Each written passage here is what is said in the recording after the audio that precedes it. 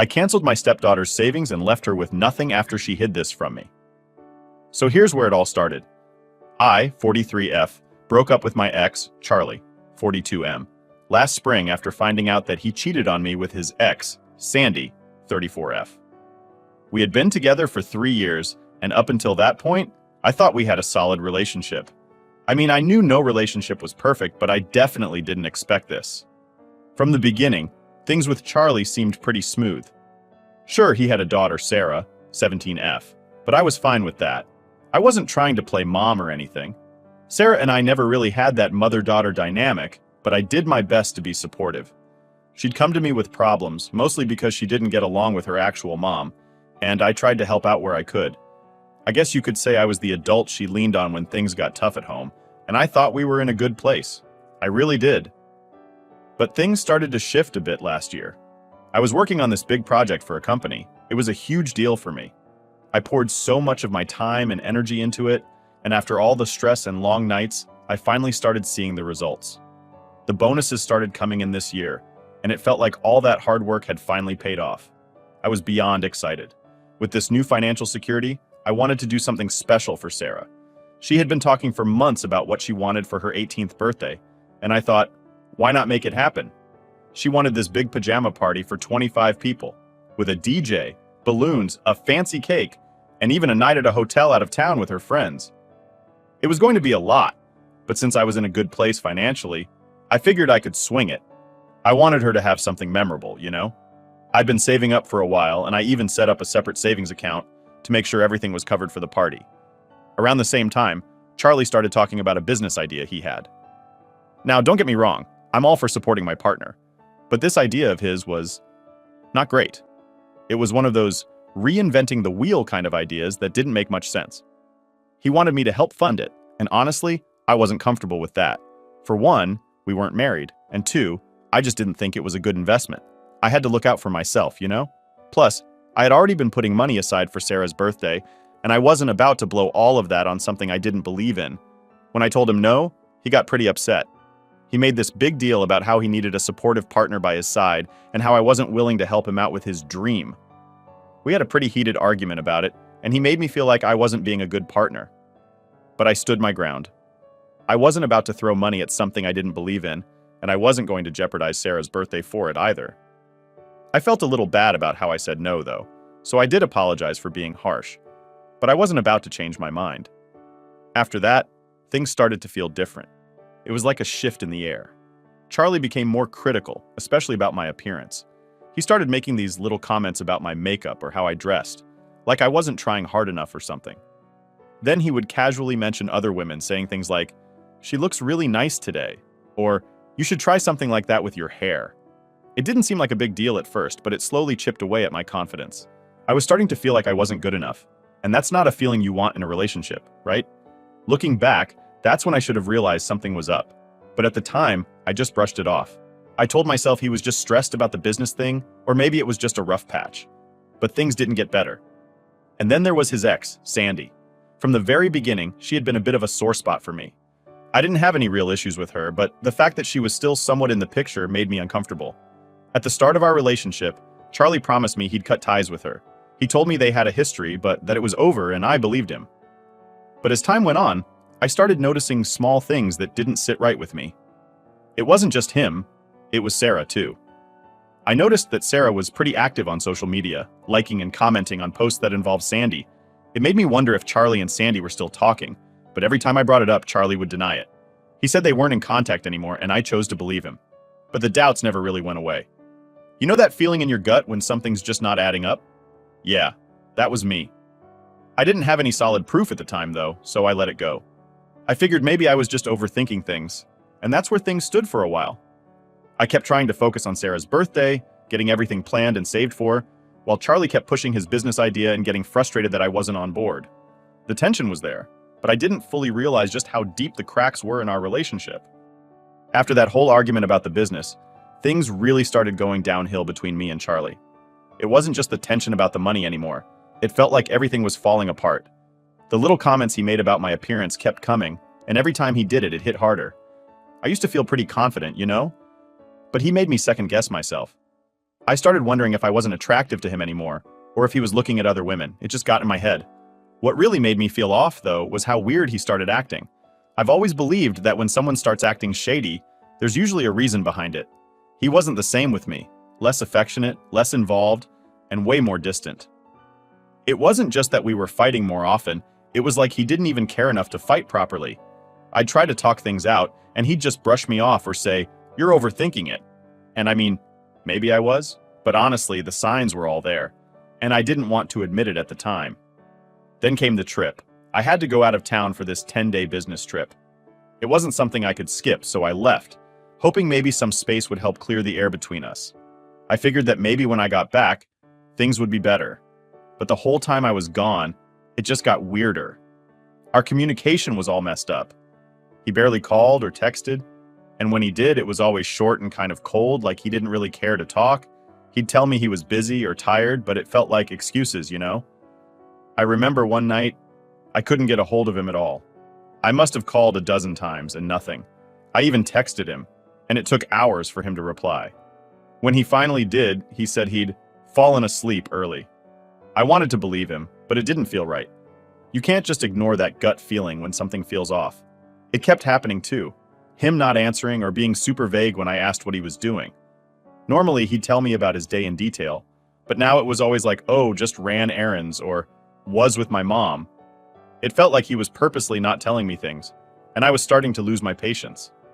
I tried bringing it up a few times, asking him why he was being distant, but he just shut me down with stuff like, "You're imagining things," or "You're being paranoid." But I wasn't paranoid. At least, I didn't think so. So I decided to test him. I told him that my trip was getting extended by a couple of days because of work. That wasn't true, though. I was planning to come home a day earlier. I didn't know what I was expecting to find, but something told me I needed to get back and see for myself what was really going on. When I walked into the house that day, everything seemed normal at first glance. But as I was unpacking, I noticed something that stopped me in my tracks. There in the trash was used protection. My heart sank immediately. I knew what that meant. There was no reason for it to be there unless someone else had been in my house, and I didn't need to guess who. I felt my whole world crumble in that moment. I didn't want to believe it, but the evidence was literally right there in front of me. I didn't confront him right away. I don't know why. I guess part of me was in shock. I just stood there for a few minutes, trying to make sense of it all. How could he do this? Why didn't I see it coming sooner? All those doubts I'd been pushing aside, all the weird behavior, it all made sense now. It wasn't just my imagination. He had been cheating on me, and not just with anyone. With Sandy, his ex, the woman he promised me he'd cut out of his life. When Charlie came home that night, he was all smiles, like nothing was wrong. It was almost sickening. I was trying to hold myself together because I didn't want to blow up on him right then and there. He asked how my trip was, and I just told him it was fine. But I could tell something shifted in him when he saw me, like maybe he could sense that I knew something. Or maybe he noticed the trash was gone because, get this, the first thing he did when he got home was take out the trash and do laundry. He's never done laundry in his life unless I asked him to, so that was a major red flag. I couldn't keep quiet for long, though. A part of me wanted to confront him right away, but the other part wanted to gather more evidence before I went there. So I waited until he was asleep, and I know it's wrong, but I went through his phone. I couldn't help it. I needed answers. What I found was worse than I even imagined. There were hundreds of messages between him and Sandy, and I'm not talking about just casual chats. These were long conversations, voice notes, pictures. Basically, they'd been in constant contact for who knows how long. It was like their relationship had never even ended. They talked about everything, from day-to-day stuff to things they should have been talking about with their actual partners. I felt sick reading through them. The worst part? There were recent photos of the two of them together, smiling like they were in some perfect little world, while I was out here being made a fool of. At that point, I had all the proof I needed. I couldn't pretend anymore, and I wasn't about to let him keep living this double life behind my back. But I didn't want to just throw it all out there without thinking things through. I had to figure out what I was going to do next because, let's be real, my life had just exploded and I needed to process it. That night, I stayed quiet. I didn't say anything. I couldn't. But inside, I was fuming. How could he lie to me like that? How could he disrespect me after everything we'd been through? I didn't deserve any of it, and I sure as hell wasn't going to just sit there and take it. I knew I had to confront him, but the timing had to be right. I needed to catch him off guard, the same way he caught me off guard with his lies. I went to bed that night with my mind racing, playing over everything I'd found and everything I'd been ignoring for so long. I knew the truth now, but confronting him was going to be a whole other battle, and I wasn't sure how it would end. The next morning, I woke up knowing I couldn't drag this out anymore. I had spent the whole night turning things over in my head, feeling a mix of anger, betrayal, and confusion. I'd seen everything I needed to see the night before: Charlie's lies, his messages with Sandy, and the fact that he had been hiding all of it from me. But what really burned? Sarah, my stepdaughter, had known about it the whole time. I had spent 3 years trying to build a relationship with Sarah. I was never trying to replace her mom, but I was always there for her. Whenever she needed help or advice, I was the one she turned to, and I thought we had a decent bond. Looking back now, I can see how naive I was. I had no idea she'd been keeping secrets from me. Big ones. She had known about Charlie's affair with Sandy from the start, and not only that, she had gone on trips with them. There were pictures of her looking all comfortable and cozy with the two of them, like some happy little family, while I was completely in the dark. So, yeah, when I woke up that morning, I was done pretending. I had spent years trying to be the good stepmom, trying to hold everything together, but I wasn't about to let them keep walking all over me. Charlie was acting normal, like nothing had changed. He sat across from me at breakfast, sipping his coffee and talking about his day, as if he wasn't a complete liar. I couldn't even look at him without feeling sick. I had already decided that I wasn't going to drag this out. I wasn't going to waste time waiting for him to come clean, because he never would. He was too deep into his lies to even realize how screwed up everything had become. After breakfast, I just came out with it. "Are you still talking to Sandy?" He froze for a second, but quickly snapped back, his voice defensive. "No, why would you even ask that? I told you I'm not in contact with her anymore." I didn't say anything right away. I let him sit in his own lie for a second before I pulled out my phone and started scrolling through the photos I found the night before. I didn't bother with the texts. I went straight to the pictures of him, Sandy, and Sarah. They were smiling, standing in front of some campsite with Sarah sitting between them like one big, happy family. There were more pictures from another trip, all 3 of them together, and it was obvious they were having a great time. A great time while I was being lied to, used, and disrespected. I turned my phone around, showing Charlie the pictures. "So this never happened?" His face went pale. He stared at the phone, and for the first time, I saw panic in his eyes. But he still tried to weasel his way out of it. "It's not what it looks like. I can explain." "Explain what?" I cut him off, my voice cold. "Explain how you've been lying to me for God knows how long? How you've been sneaking around with Sandy while I've been at home playing the fool? How Sarah knew about all of this and went along with it?" He opened his mouth, probably to spit out more lies, but I wasn't done. "I'm not stupid, Charlie. I saw the texts. I saw the pictures. You've been dragging me through this whole relationship like I don't even matter. And the worst part? Sarah knew. She knew, and she didn't say a damn thing. She was with you both, smiling in these pictures, going on trips while I sat at home." I could see his brain scrambling for something to say. "Sarah, she didn't want to hurt you," he mumbled. That was it. That was all he could come up with. "She didn't want to hurt me? Are you serious? She's been sitting on this secret, hanging out with you and Sandy, and she didn't think that maybe lying to my face was the real way she was hurting me? The two of you have been making a fool out of me this entire time." He tried again to make excuses. "It wasn't like that. We didn't mean for things to go this far." I let out a bitter laugh. "Didn't mean for things to go this far? Charlie, it's gone as far as it's going to go. We're done." His face shifted from panic to something that looked like guilt, but by then, I didn't care. I had seen enough. This wasn't a relationship anymore. It was a complete farce. I thought maybe he'd at least try to apologize, maybe say something to take responsibility, but no. He just stood there, speechless, like he didn't know how to fix what he'd broken. I couldn't stand to be around him anymore. I turned and walked upstairs, my legs shaking as I grabbed a suitcase and started throwing my stuff into it. I wasn't sticking around for any more of this. I was done with the lies, done with being treated like I didn't matter. The more I packed, the angrier I got. I thought about all the times I'd taken Sarah to school, helped her with her problems, supported her, and she had known all along what her dad was doing behind my back. It was like a slap in the face. When I came back downstairs, Charlie was still standing there, looking lost.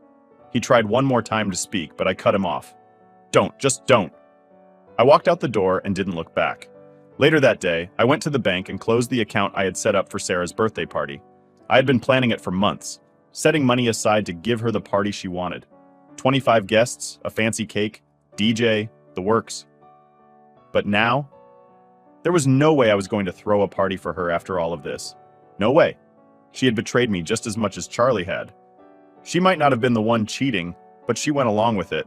She kept their secret, went on those trips with them, smiled in those pictures like everything was fine, all while I had no idea what was happening.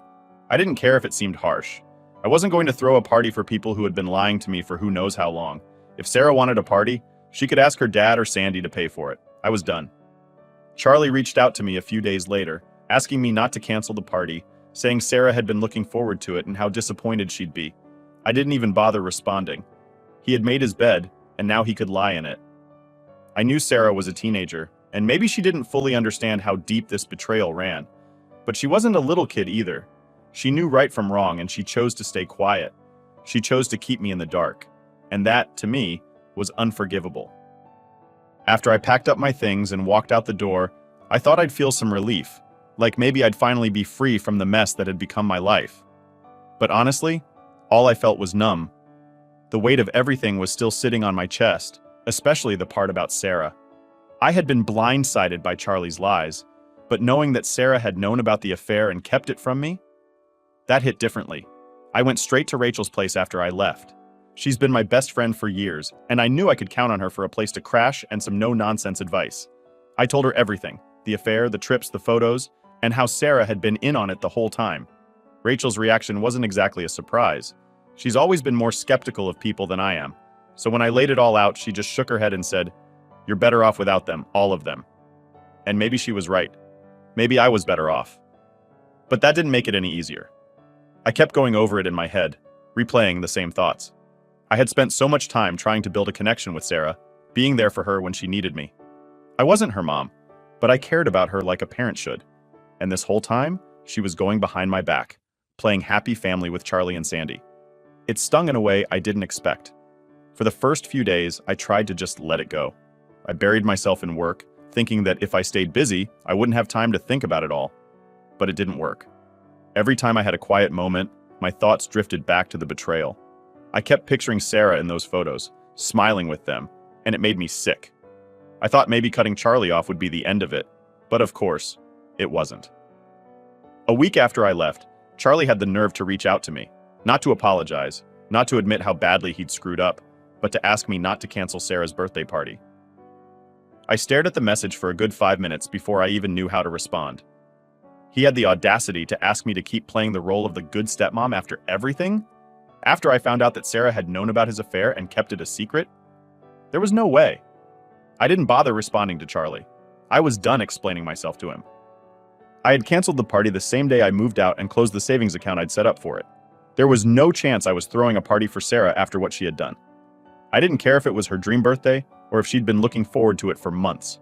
She'd made her choices, just like her dad, and she was going to have to live with the consequences. But still, I couldn't shake the guilt. I kept telling myself that Sarah was just a teenager. Maybe she didn't fully understand the impact of what she'd done. Maybe she was just trying to avoid conflict, trying to keep the peace between her dad and me. But the more I thought about it, the more I realized that she wasn't some clueless kid. She knew. She had known for a long time, and she had chosen to keep quiet about it. She went on trips with them, hung out with them, and kept it from me like it was no big deal. How was I supposed to just let that go? Rachel, of course, had no sympathy for Sarah. "She's old enough to know better," she said. "If she was comfortable enough to go on trips with them and smile in pictures, she knew what she was doing. You don't owe her anything." She was right, but it didn't make the decision any easier. I had genuinely cared for Sarah, and now I was cutting her off like she meant nothing. It felt harsh, but at the same time, I knew I couldn't let them walk all over me. I wasn't going to be the doormat who just kept giving and giving while they lied to my face. Then, about a week after Charlie's message, I got a voicemail from his sister. She was practically begging me not to turn my back on Sarah, saying that she didn't have anything to do with Charlie's affair and that canceling her birthday party would crush her. She even tried to guilt me by saying that they couldn't afford to throw Sarah the party she wanted, and how I was her only hope of having a special 18th birthday. I just sat there, listening to the voicemail, feeling like I was being pulled in a million different directions. On one hand, I felt bad for Sarah. I knew she didn't control her dad's actions, but on the other hand, she'd been an active participant in keeping his affair a secret. She wasn't some innocent bystander. She had gone along with it, and the fact that she was comfortable enough to smile in pictures with them told me that she didn't feel guilty about it at all. I thought about what Rachel had said. You can't keep holding on to people just because you feel bad. Sometimes you've got to put yourself first. And she was right. I had spent years putting Charlie and Sarah first, trying to make them happy, trying to keep everything together. And where had it gotten me? Betrayed and alone. I wasn't about to let them drag me down any further. I decided that I wasn't going to send a gift. I wasn't going to call or text Sarah. I wasn't going to throw her the party she wanted. It felt cold, but at the same time, it felt like the only way I could truly move on. If she wanted a birthday party, she could ask her dad to throw one, or maybe Sandy. I wasn't going to play the role of the good stepmom anymore. They had taken advantage of my kindness for too long, and I was done. Once I made that decision, I felt a strange sense of relief. I wasn't happy about it, but at least I wasn't carrying the weight of their drama anymore. I had finally set my boundaries, and for the first time in a long time, I was choosing myself over them. Charlie tried to reach out a few more times after that, but I ignored him. There was nothing left to say. I had given them everything, and they had thrown it all away. I wasn't going to waste any more time or energy on people who didn't respect me. So that was it. I moved forward without Charlie, without Sarah, and without the baggage of their lies hanging over my head. It wasn't easy, but it was necessary. And while it hurt to walk away, I knew deep down that I'd made the right choice for myself. Finally. After I made the decision to cut both Charlie and Sarah out of my life, things felt quiet. Almost too quiet. I had spent so long trying to hold everything together, trying to be the bigger person and make sure everyone was happy, that when I finally let go, it felt strange. But it wasn't the relief I had been hoping for. It was more like this empty feeling, like I had lost something. I know I did the right thing, but still, walking away wasn't easy. I thought that would be the end of it. I had blocked Charlie, cut ties with Sarah, and figured I wouldn't have to deal with them anymore. But of course, it wasn't that simple. A week later, I got another voicemail, this time from Charlie's sister. She was asking no, begging me to reconsider the birthday party I had canceled for Sarah. She went on and on about how disappointed Sarah was, how this was going to crush her, and how she's just a teenager, she didn't know any better. I couldn't believe what I was hearing. Was she seriously trying to guilt me into throwing a party after everything that had happened? It wasn't even about the party anymore. It was about respect, something Charlie and Sarah had thrown out the window a long time ago. Sarah wasn't some innocent bystander who got caught in the middle of her dad's mess. She had known about the affair. She had gone on trips with them, smiled in pictures, and kept it a secret from me the whole time. That wasn't just a mistake. That was betrayal. And now they wanted me to pretend like none of that had happened and go back to being the stepmom who gave and gave and gave? No way. I sat there listening to the voicemail, trying to figure out what they expected from me. Did they really think I would just show up at Sarah's party, smile, and act like nothing happened? Like I wasn't the one who had been lied to, disrespected, and betrayed? It didn't make sense to me how they could be so blind to the hurt they had caused. But then again, Charlie's whole family had been enabling him for years, so I shouldn't have been surprised. The next few days were filled with moments of second-guessing myself. I kept thinking, am I being too harsh? Should I give Sarah another chance? But every time I thought about reaching out, those images of her on those trips with Charlie and Sandy came flooding back. How could I just brush that aside? She had gone behind my back, smiled for those pictures, and then came home to me, acting like nothing was wrong. That wasn't something I could forgive easily, if at all. I talked it over with Rachel. She wasn't about to let me fall back into that trap. Sarah knew exactly what she was doing, she said. You're not responsible for fixing this mess. You've done enough for them. She was right, of course. I had spent years trying to make everything work, trying to keep the peace between Charlie, Sarah, and me. And where had it gotten me? Betrayed and lied to. It was time to put myself first. So I stuck to my decision. I didn't respond to Charlie's sister, didn't send a gift for Sarah, and I didn't even consider showing up to the party. If they wanted to celebrate, they could figure it out on their own. It wasn't my problem anymore. Update. Before the update, lots of you are asking if Sandy is Sarah's mother, and the answer is no. She is his daughter from a previous relationship. Now for the update. A few months after everything went down, I started hearing bits and pieces of how Charlie and Sarah were doing through mutual friends. It wasn't like I was asking for updates, People just like to talk, and when they know you've been through something messy, they can't help but fill you in on the aftermath. And let me tell you, it was the kind of news that made me think, well, karma didn't waste any time. The first thing I heard was about Charlie. Apparently, after I left, things between him and Sandy didn't go as smoothly as he probably thought they would. Once I was out of the picture and they didn't have to sneak around anymore, Sandy lost interest. She wasn't as invested in Charlie as he'd hoped. She had fun while they were playing the affair game, but once it became real, once there was no more excitement in sneaking around, she started to pull away. It didn't take long for her to move on, leaving Charlie in the dust. The man who thought he was trading up by cheating on me ended up getting dumped himself. Sandy ghosted him, completely cut him off, and moved on to someone new. I almost laughed when I heard it. Charlie had thrown away everything for her, his relationship with me, his own daughter's trust, and in the end, Sandy didn't even stick around. She left him with nothing but the mess he had made. But the fallout didn't stop there. Sarah, the stepdaughter who had known about the affair and kept it a secret, was having a rough time too. After I canceled her birthday party and cut her off, things between her and her dad got really strained. I guess without me around to help smooth things over, they both realized how messy their relationship had become. Sarah blamed Charlie for everything: the breakup, the affair, her canceled party. And Charlie, being the selfish person he is, wasn't there to fix things or be the dad she needed.